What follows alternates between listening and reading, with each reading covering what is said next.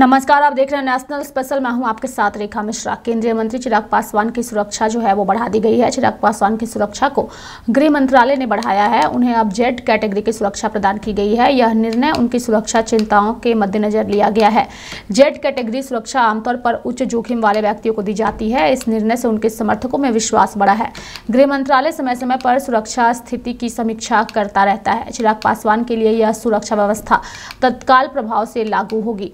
वहीं Z category सुरक्षा में उच्च स्तरीय सुरक्षा प्रबंध शामिल होते हैं। इस सुरक्षा के तहत उन्हें सशस्त्र गार्ड्स की सुविधा मिलेगी।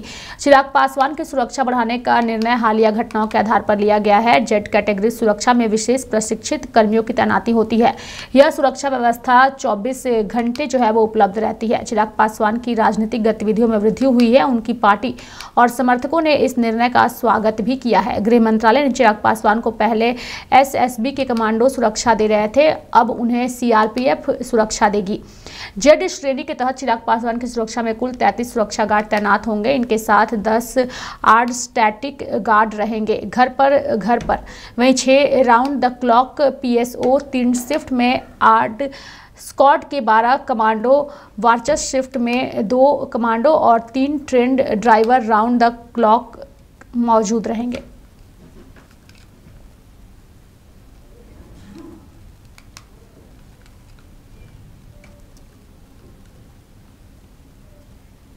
बढ़ेंगे आगे और बात करेंगे महाराष्ट्र में। दरअसल महाराष्ट्र में एनसीपी अजीत गुट के नेता बाबा सिद्दीकी की हत्या के बाद बवाल मचा हुआ है। एनसीपी नेता बाबा सिद्दीकी हत्याकांड पर महाराष्ट्र के मुख्यमंत्री एकनाथ शिंदे ने स्पष्ट किया है कि आरोपियों को जल्द सजा मिलेगी। कानून व्यवस्था चरमराई हुई है, सरकार सुरक्षा व्यवस्था नकली सिंघम का है सर, नकली सिंघम का राउत ने चैलेंज दिया सर आपको। अरे भैया, हमारी सरकार में जब आरोपी पुलिस पर गोली चलाता है तो बोलते हैं पुलिस ने क्यों गोली चलाई? क्या पुलिस ने गोली खानी है? पुलिस सामने वाला आरोपी अगर पुलिस पर फायरिंग करता है, ये बदलापुर में, तो ये दोगली डबल ढोलकी वाले लोग हैं, दोनों बाजू से बजाते हैं। उनको कोई नैतिकता नहीं है। बदलापुर वाले केस में एक छोटी बच्ची पे अत्याचार हुआ, उस आरोपी की बाजू लेने वाले ये लोग, ये क्या कानून की भाषा करते हैं? ये कानून व्यवस्था बनाए रखने की जिम्मेदारी हमारी है। और बाबा सिद्दीकी जिसके ऊपर जिन्होंने हमला किया, हत्या हुई है, एक को भी हम नहीं छोड़ेंगे, सभी को फांसी लगाएंगे। एनसीपी नेता बाबा सिद्दीकी की हत्या को लेकर के आरजेडी नेता मनोज झा ने भी वहां की सरकार पर हमला बोलते हुए कहा है कि यह सरकार किसी और के हाथ की कठपुतली है। बड़े शख्स जिनको उनकी अगर मौत हो जाती है, गोली मार दी जाती है, तो समान नहीं, ये बड़ा शख्स, छोटा शख्स, ऑर्डिनरी शख्स, एक्स्ट्राऑर्डिनरी शख्स की बात नहीं है।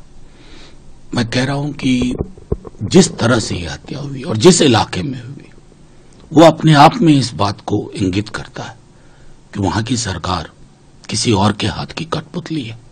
They can't take decisions. और आप अभी आरोपी गिरफ्तार हो गए, अब हेडलाइन मैनेज कर रहे हो आप। You failed in your duty, acknowledge it.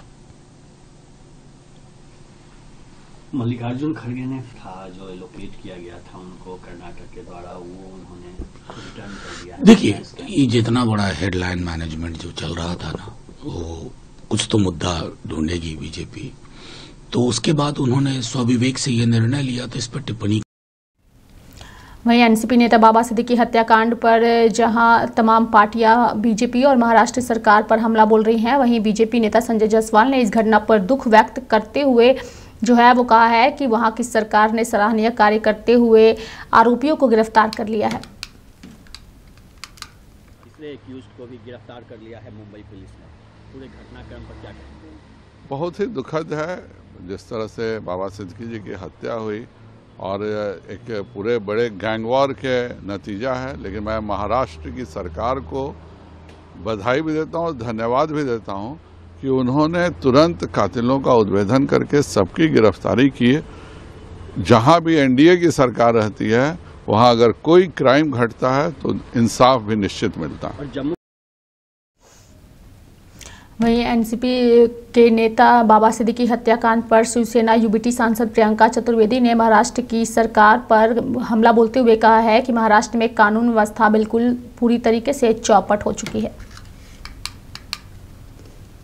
सबसे पहले तो ये बहुत स्पष्ट हो गया है कि महाराष्ट्र में जो लॉ एंड ऑर्डर सिचुएशन है वो पूरी तरीके से चरमरा चुकी है। हम बार बार इस मुद्दे को उठा रहे हैं और मैंने तो ये कहा भी है, फरवरी 2024 से अगर हम देखेंगे, जहां एक पुलिस स्टेशन के अंदर फायरिंग हुई बीजेपी एमएलए और मिंडे सेना के लोगों में, फिर अभिषेक घुसालकर जी की डेथ हुई, जो मुंबई हाईकोर्ट ने निर्देश दिया मुंबई पुलिस को कि आप ये जांच नहीं करेंगे, hand it over to the CBI. कि आज तक पता नहीं चल पाया है क्या मोटिव था, कैसे था, कौन और तीसरा वहां पे था या नहीं पता, वो अब सीबीआई ने टेक ओवर किया है। फिर कुछ ही दिन पहले एनसीपी के अजीत पवार जी के ग्रुप के एक आदमी को बाइकला ईस्ट में स्टैब किया था और अब हमें ये दिख रहा है। तो स्पष्ट है कि यहाँ पे पूरा एक माहौल बना है लॉलेसनेस का। पहला पॉलिटिकल हत्या हुई है इस तरीके से कॉन्ट्रैक्ट किलिंग की, तो चरमरा गया है। इन्वेस्टिगेशन फ्री एंड फेयर होनी चाहिए। इन्वेस्टिगेशन में कौन जिम्मेदार है कि किसी ने लॉरेंस बिश्नोई ने आकर कह दिया कि वो जिम्मेदार है, डज नॉट बिकम कि फेस वैल्यू पे हम उनकी बात ले लें। इन्वेस्टिगेशन मैंने तो पहले दिन ही कहा था कि ये इन्वेस्टिगेशन सरकार से तो हो नहीं सकती है और इस सरकार पे से सबका भरोसा उठ चुका है। या तो सीबीआई को हैंड ओवर किया जाए या कोई जुडिशियल प्रोब हो जिससे पता चले सही सत्य और तथ्य क्या है और जनता के सामने आए। वहीं बाबा सिद्दीकी की हत्या को लेकर के कांग्रेस ने भी हमला बोला है और कहा है कि ये घटना कोई साधारण नहीं है, धमकी देकर मारा गया है। देखिए, कोई साधारण घटना नहीं है। अगर पहले से धमकी न दी गई होती, पहले धमकी देके मार दिया गया है, यहाँ असली सवाल उठता है कि क्या सरकार सक्षम है, क्या होम मिनिस्टर सक्षम हैं, इस लायक हैं, क्या उनको पद पे रहना चाहिए, ये बात अहम होती है।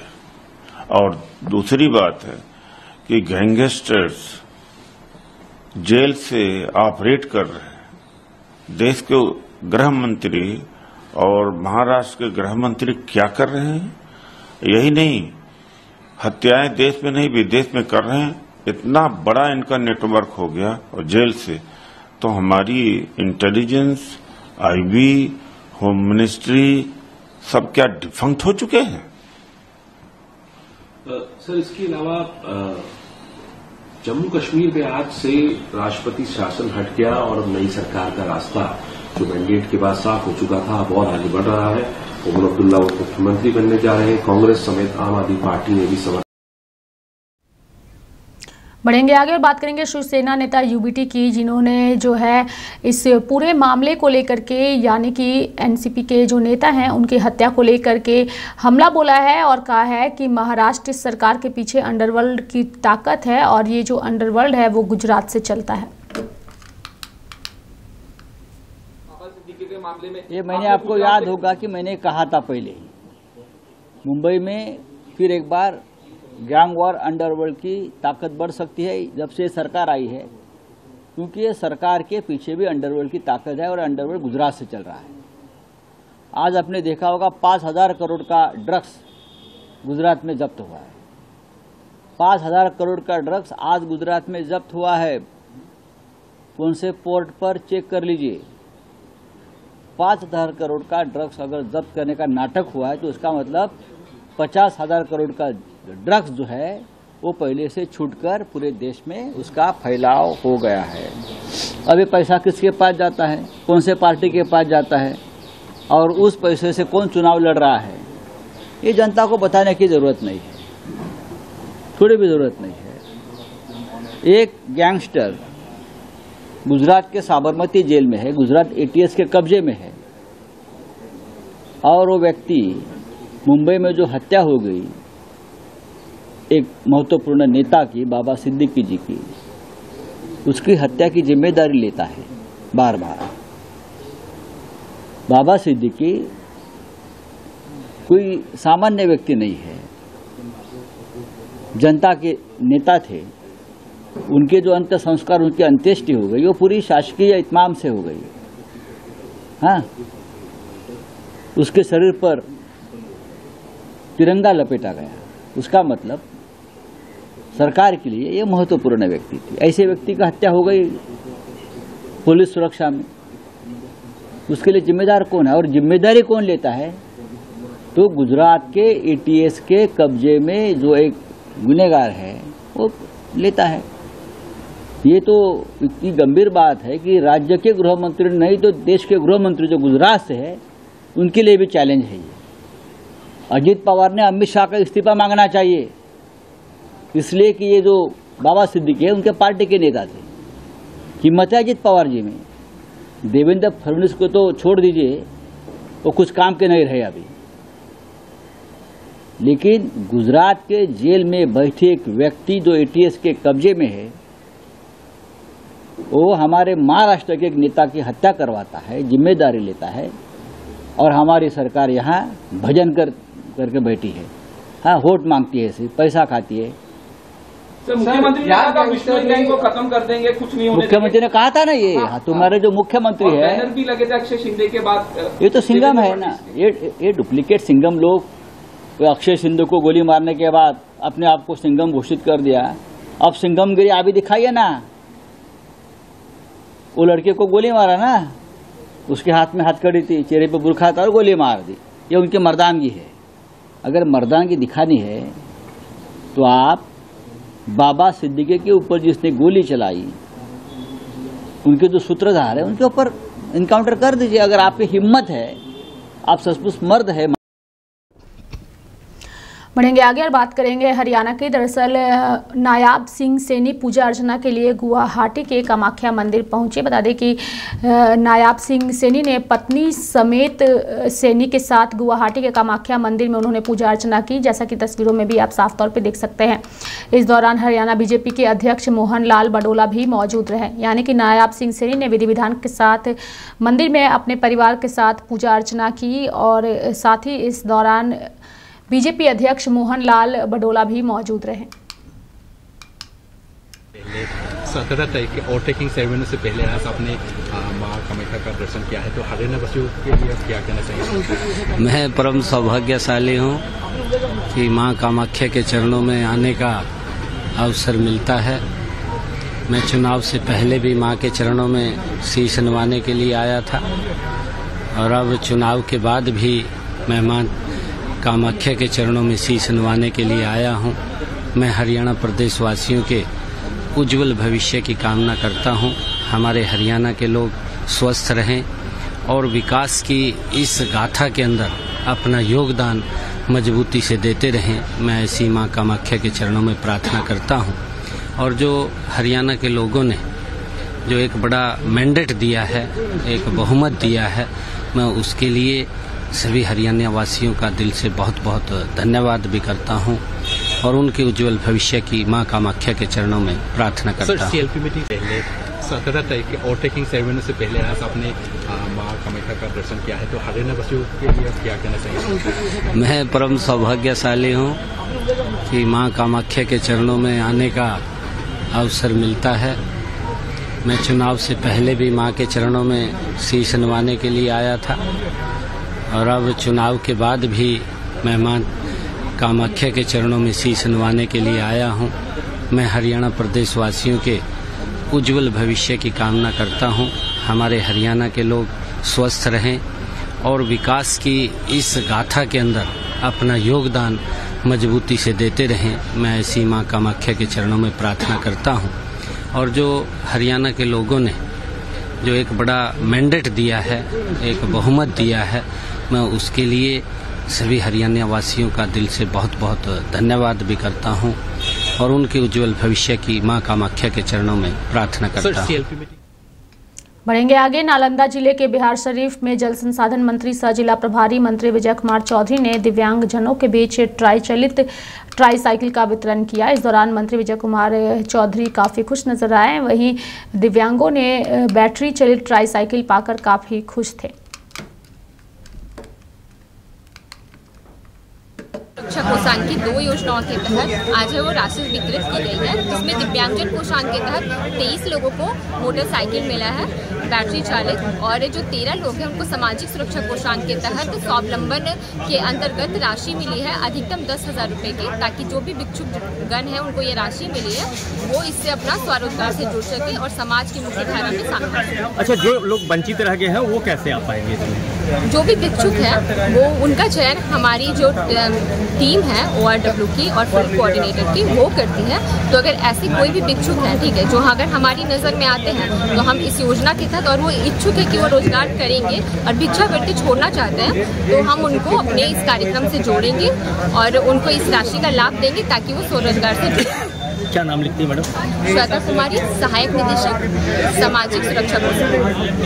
सामने बिहार सरकार की जो 2 महत्वपूर्ण सामाजिक सुरक्षा से जुड़ी योजनाएं हैं, एक तो भिक्षावृत्ति निवारण योजना है और दूसरी दिव्यांगजनों के सशक्तिकरण की योजना जो संबल कार्यक्रम के तहत है। उसके तहत जो लाभार्थी हैं उनको जो जिससे उनको भविष्य में ज़िंदगी सही ढंग से गुजारने के लिए लाभ मिल सकता है, उसके लिए सरकार की तरफ से सहायता उपलब्ध कराई गई है। आपने देखा कि जैसे जो भिक्षावृत्ति में लगे हुए थे जो लोग, आपके सामने हमने दिया है कि महिला हैं, पुरुष हैं, सब लोगों ने एक संकल्पित ढंग से कि हम इससे दुकान चलाएं। कोई उससे पूजा की सामग्री बेचेंगे, कोई चाय की दुकान खोलेंगे, मतलब एक तरह से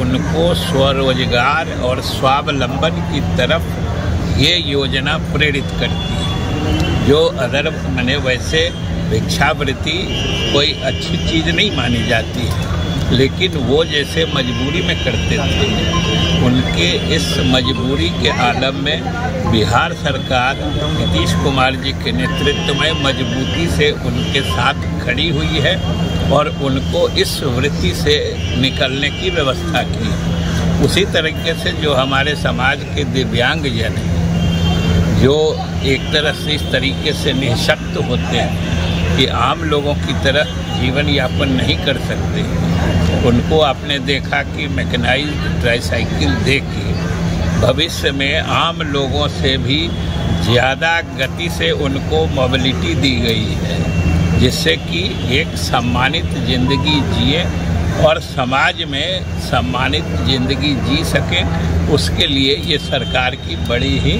अच्छी, महत्वपूर्ण और कारगर योजना है, जिसके तहत आज नालंदा में इन लोगों को लाभ प्रदान किया गया है।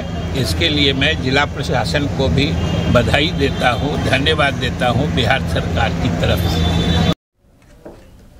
बढ़ेंगे आगे और बात करेंगे बगहा की, जहां बाढ़ प्रभावित इलाकों का बीजेपी नेता तुषार सिंह ने दौरा कर पीड़ित किसानों और ग्रामीणों को मुआवजा दिलाने की डिप्टी सीएम सम्राट चौधरी से मांग की है। हालांकि सरकार ने बाढ़ पीड़ितों को 7,000 रुपए की तत्काल मदद जरूर की है, लेकिन आर्थिक रूप से डैमेज लोगों को फसल क्षति और घर बनाने को लेकर सरकारी स्तर पर मदद की जरूरत है, लिहाजा लोग प्रशासन से राहत की मांग कर रहे हैं। दरअसल पिछले हफ्ते शनिवार को नेपाल से आई प्रलयकारी बाढ़ में करीब 7,000 एकड़ खेतों में लगे धान और गन्ना की फसल को भारी क्षति हुई।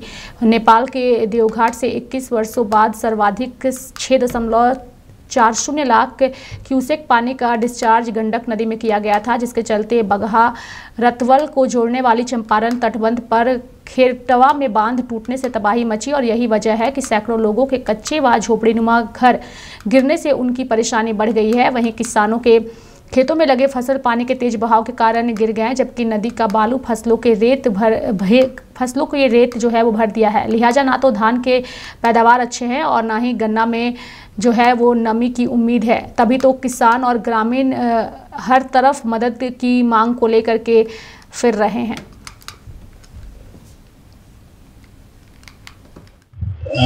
नेपाल से जो पानी आया था बाढ़ वाला, उसके चलते निचले इलाका में बगहा में और आसपास के इलाका में बहुत क्षति हुआ है और सरकार सबको 7-7 हज़ार रुपया करके मुआवजा दिया है।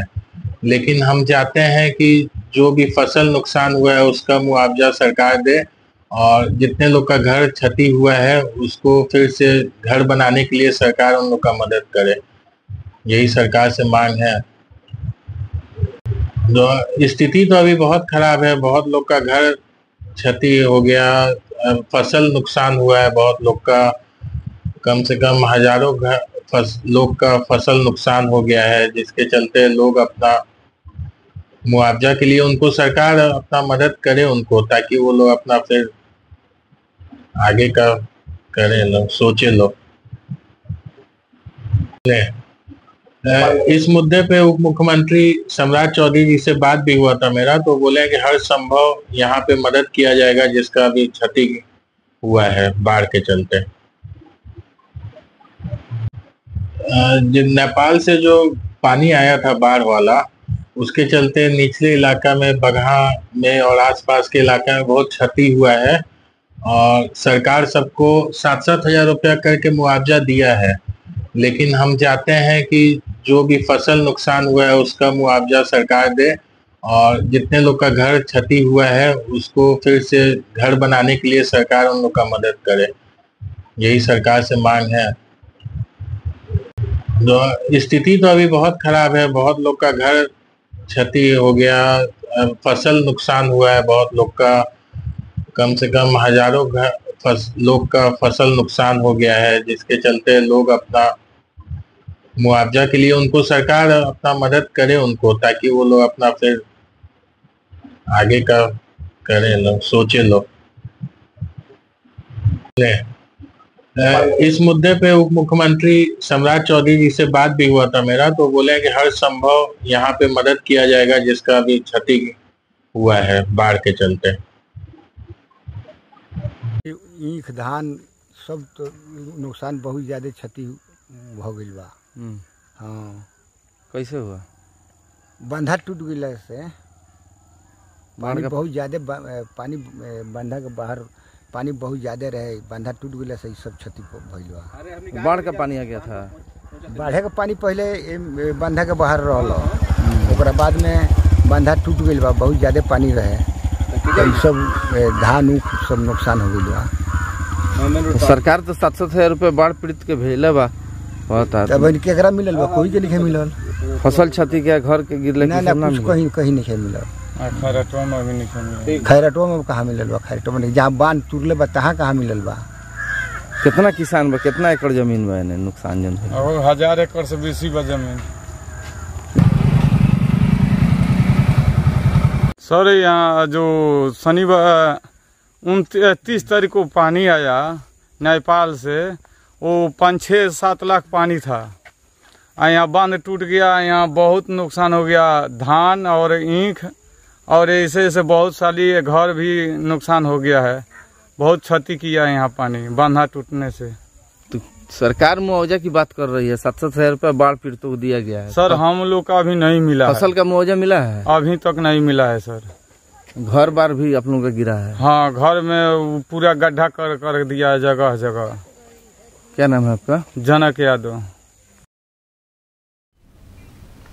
देश में बढ़ती बेरोजगारी, नशा पान की तरफ युवाओं के झुकाव के विरोध में युवा कांग्रेस 16 अक्टूबर को दिल्ली में भव्य कार्यक्रम का आयोजन करने जा रही है। इस कार्यक्रम की सफलता को लेकर पूर्वी चंपारण युवा कांग्रेस कमेटी की तरफ से लोगों के बीच जन जागरूकता अभियान चलाया जाएगा और युवाओं से बढ़ती बेरोजगारी, नशा पान की हो रही बढ़ोतरी से विभिन्न मुद्दों पर राय भी ली जाएगी। पूर्वी चंपारण जिला कांग्रेस के अध्यक्ष शशि भूषण राय ने इसको लेकर के प्रेस कॉन्फ्रेंस कर जानकारी दी।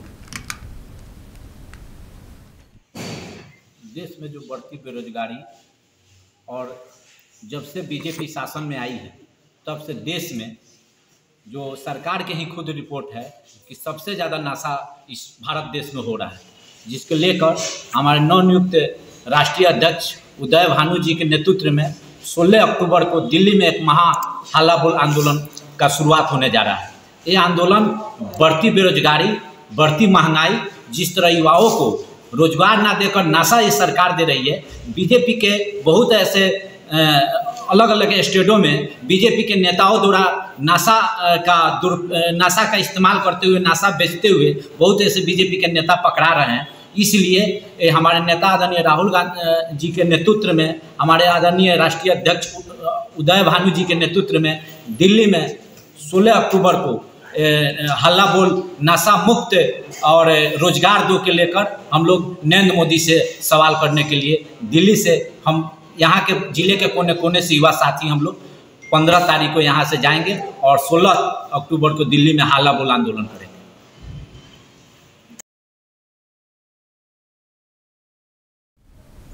तो मेरे साथ नेशनल बुलेटिन में अभी के लिए इतना ही। आप देखते रहिए लाइव इंडिया हर पल। नमस्कार।